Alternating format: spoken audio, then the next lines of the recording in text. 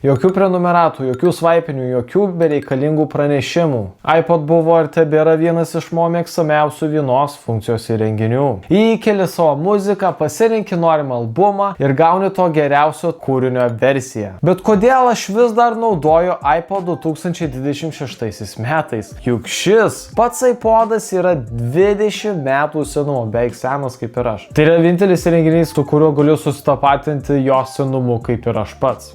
Šį įrenginį visai neseniai radau gulintį spintoje, kuris gulėjo 10 metų, rinko dulkes. Na ir kad įsiaiškinčiau, aš pats pasiėmiau į Ispaniją, savaitę laiko šį naudojau ir pabandžiau gyventi 2000 metais, tai tie metai, kai aš buvau kūdikis. Ta ir padariau. Išvykau savaitę į Malagą, prisijungiau prie šio aparato. Na, baterija, žinoma, tikrai nėra nauja, bet jinai antie gera, kad man užteko panaudoti 2 kartus, reiškia, klausiau 4 valandas muzikos per 2 dienas, išsikrovė, tada vėl pakroviau, užteko su 2 pakrovimais paklausyti apie 8 valandas muzikos. Na, neįskaitant žaidimų, nes žaidimai visada iškrauna labiau, tai tiesiog norėjau naudoti iPodą kaip tikrą iPodą, be jokių kitų žaidimų. Apie žaidimus pakalbėsim vėliau ir kitos funkcijas. Net ir Ispanijoje Malagoje žmonės žiūrėjo mane visai kitaip, visi turi tuos naujausius iPhone'us, bet nieks neturėjo iPodo. Ir patikėkit manim, visi žiūrėjo į šį prietaisą. Ir aš įsidedu į kišenę,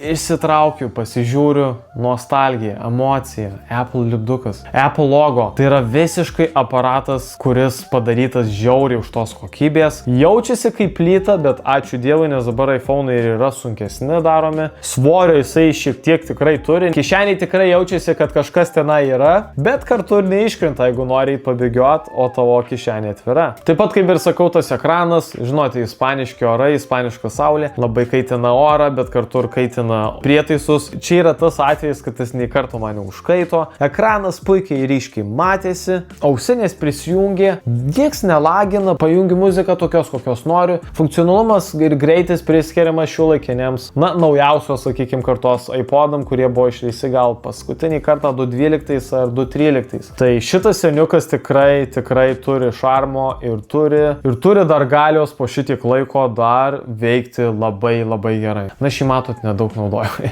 Už tai jis dar toks geras. Tai vat savaitę laiko šį naudojau. Na ir dabar turiu savo nuomonę susidaręs ir aptarkim. Taip, tikrai akivaizdu, kad per tuos 20 metų jis buvo tikrai senas ir pranoko viską, kas iki šiol įvyko. Na taip, bet kartu ir ne. Na, matot, esu tikras, kad daugelis mano amžiaus žmonių pasakytų tą patį apie iPod. Tai buvo jų pirmas Apple pačio Steve Jobso kūrinys. Tai buvo pirmas mano Apple produktas, kurį turėjau iPodą 7 jo. Dariau irgi jo apžvalgą, pas norėjau pasijausti kaip Steve Jobsas, bet tas liečiamas neturi to savo iPodo charakterio. Todėl būtent pasirinkau 3 serijos kartos įrenginį. Mano patirtis su iPod padarė didelį poveikį mano vaikystei. Aš prisimenu, kaip puikiai kietas jaučiausi mokykloje, turėdamas iPodą, kai niekas kitas neturėjo jokių Apple įrenginių. Žiūrėjau per tą mažą ekraniuką ir filmus, klausydavau muziką, o kiti dar vis mėgosi savo noškytėm ir tais raudono kamuoliuko žaidimais.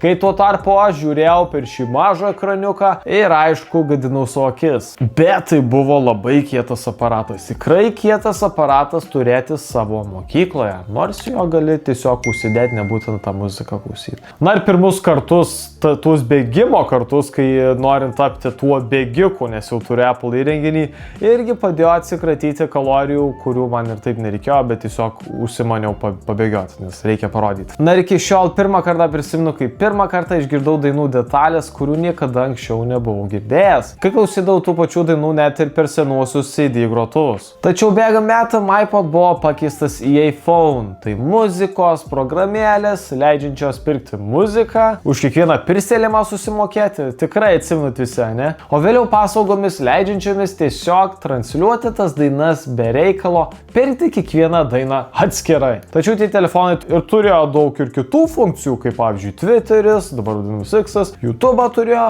Instagramas, Messengeris, WhatsApp'as, programėlių sąrašo tikrai viso nepasakysiu. Iš esmės, kai išmanieji telefonai tapo populiarūs, iPod paprastumas dingo. Na, o chaosas, kurį dabar kelia mūsų renginiai, sukelia nerimą, blaško dėmesį, o neramybė, o patį džiaugsmą. Bet iPodas, yra lygiai toks pats, koks buvo prieš 20 metų. Vienintelis garsas, kuris įskleidžia, yra muzika, Yra žaidimų, fotogalerija ir daug kitų dalykų, kurių primityvių reikėtų kiekvienam įrenginiui. Na dabar visi tie informacinių technologijų specifikacijų entuziastai 8 GB ir tai nėra pigiausia versija. Pigiausia versija buvo su 4 GB. Dabar įsivaizduok įrašyti visas lietuviškas dainas, tai kiek tau reiktų iš tų iPodų nusipirkti? Turi labai mažą ekraniuką 2,5 colio, 320 x 240 LCD ekranas, ne OLEDas beje, bet mano manymu tai yra tiesiog viskas, kas yra svarbiausia. Ekranas pats labai ryškus. Na, ta visa vartotojo sąsaja labai primityvi. Man gal šiek tiek labiau patiko tas naujesnis iPodas. Sąsaja valdomas naudojant ikoninį paspaudimo ratuką,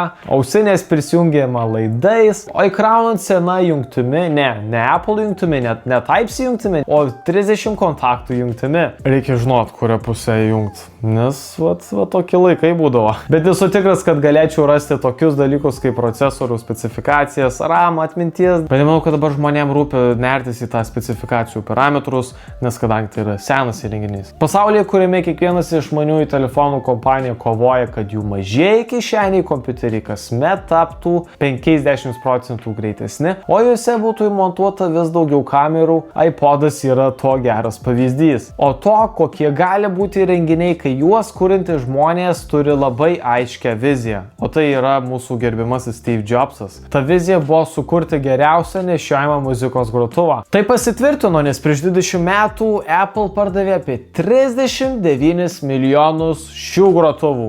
O dabar, kad būtų visiems aišku, aš dar esu jo naudotojas, po Ispanijos aš jį aktyviai naudoju Lietuvoje, muzikai klausytis, nes tai, kad privaloma laidas ir kad muzika sustoja, kai išima ausines, yra visiškas patogumas, kurio aš nesiruošiu atsisakyti. Kai man reikia būti atidžiam, kas vyks aplink mane, bet kai sėdu rašyti scenarijų, esu sporto salėje, dirbu ar darau ką nors kitą, kai galiu tiesiog prisijungti ausines ir susikoncentruoti į tai, ką darau, naudoju savo iPod ir naudosiu savo iPodą. Žinau, kad sakydamas tai, kad aš neatskleidžiu nieko naujo, bet skirtumas tarp laidinio ir belaidžio garso yra absoliučiai pastebimas. Pasiilgau šito jausmo užsidėti ausines, polisinarpliu už tas ausines. Ir tik tas užsidėti ir tas garsas kitoks, kai sinarpliai. Ausinės, kurias turiu ir laikau prabangiomis, yra mano Logitech X2 Pro. Kai jas naudoju belaidžių būdu, jaučiuosi tarsi gautų tik šiam 7% viso klausimo patirties. Bet kai naudoju laidinės ausinės, tai o dieve. Eminemas ir Weeknd niekada neskambėjo taip gerai per tas ausines. Žinau, kad tai nebus staigmena tiems, kurie jau žino apie garso įrangą, bet pagalvokite apie tai, jeigu toks žmogus kaip aš, buvęs saksofonistas, gali pamiršti, kaip gera būti su laidinio ryšio kokybė. Tai yra šios istorijos esmė. Ir priežastis, kodėl aš grįžau būtent prie iPodo naudojimo, yra vietoje iPhone'o. Matote, per šį visus daugelių metų susikaupusių, vis siūlo vis daugiau funkcijų, prietaisų, kurie tapo vis labiau daugiafunkciniai ir patogus. Tačiau šie produktai buvo susijęs su kompromisais ir pasiekmėm. Daugiausiai pernelyg didelių stimulų ir pernelyg didelių ryšių su mus supančiu pasauliu. Tai tiesiog yra visiškai kancerinis perteklius. Negalvokit, kad aš čia labai peikiu visus tuos telefonų naudotojus. Viskas su jais yra gerai, kai jų naudojama pakankamai užtenkamai, o ne pusę dienos prisėdint prie jų. Juk be šių visų šiuolaikinių technologijų aš nebūčiau apkeliavęs pusę Europos. Aš nebūčiau supažinęs su draugais, kuriuos sutikau online. Bet čia jau naujesni renginiai ir neturi ribų. Su kiek dalykų jie gali jūs prijungti. Kita vertus, iPod yra labai ribotas renginys. Gerai prasme, jei norite kažko, kas nėra atsiųsta muzika ar vaizdo įrašų, kurie tiesiogiai perduodama iš laido ausines, šis prietaisas net nežino, kad toks dalykas egzistuoja. Ir tai yra gerai, nes pasaulyje, kuriame kiekvienas naujienų tinklas siekiantis pritraukinti jūsų dėmesį, baimę, stresą, keliančias antraštės, kad gautų to dėmesį, galbūt yra geriau tiesiog turėti prietaisą, kurio vienintelis ryšys yra tarp jūsų ir tavo muzikos. Taip pat chebrytė, man įdomu paklausinėti ir jūsų. Parašykite komentarus, ar jūs esate turėję iPodą, jei ne, kokį iPodą norėtum turėti, ar ką tu manai apie iPodus ir iPhone'o sąsają. Taip pat diskutuokime komentaruose. Tikiuosi, ne aš vienas turiu tokią įdomią nuomonę apie pačius iPodus. Man tikrai buvo įdomu. Nežinau kaip jums, bet šis prietaisas tikrai priminė man vaikystę. Nostalgiją. Davė tą gerą nostalgiją tiesiog. Jeigu patiko šitas video, paspausk like mygtuką. Na ir su jumis bus Šioris ir sutiksime iki greito. Iki.